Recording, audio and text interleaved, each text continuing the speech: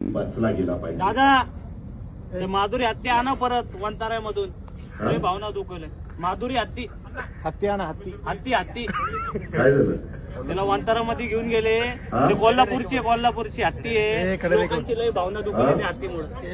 अरे माधुरी हत्तीचं माधुरी हत्तीच म्हणलो की. त्या माधुरी हत्तीच्या बद्दल सुप्रीम कोर्टाने निकाल दिला आहे. आपण संविधान आणि कायद्याने देश चालवतो. तुला आठवत असेल माग आपल्या आता ही हत्ती त्याच्यामध्ये कायदा सुरू केलाय.